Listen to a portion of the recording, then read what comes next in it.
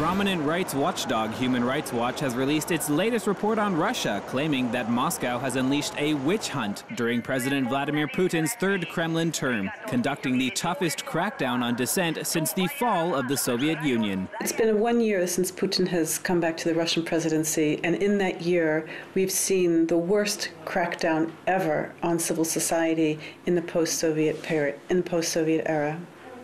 It's a broad-ranging, all-out offense on basic civic freedoms that turns the clock way, way back in Russia.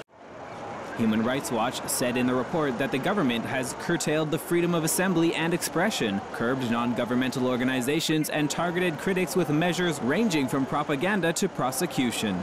The government is arguing that this is just what every country does. Every country has laws regulating NGOs. Every country inspects NGOs.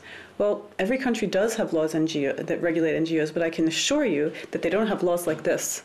And I can assure you that inspections like the campaign that's taking place all over Russia, and that continues today, is not something that takes place in every country. This is not meeting some reasonable goal of transparency. It's serving a different goal entirely.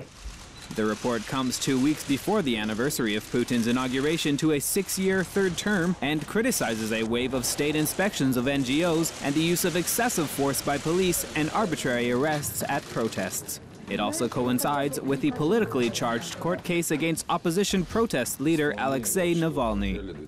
I think that it's not exaggerating to say that there is a human rights crisis in the making in Russia right now, that we're at in a very existential moment, and I think that the intergovernmental bodies that Russia is a member of and should be a proud member of need to sound the alarm. There needs to be an urgent debate about the state of civic freedoms in Russia today. The report echoes criticism from the United States and European Union over the legislation, court cases, and pressure on NGOs. However, Putin has accused Western governments of using human rights concerns as a pretext to meddle in the affairs of Russia and other countries.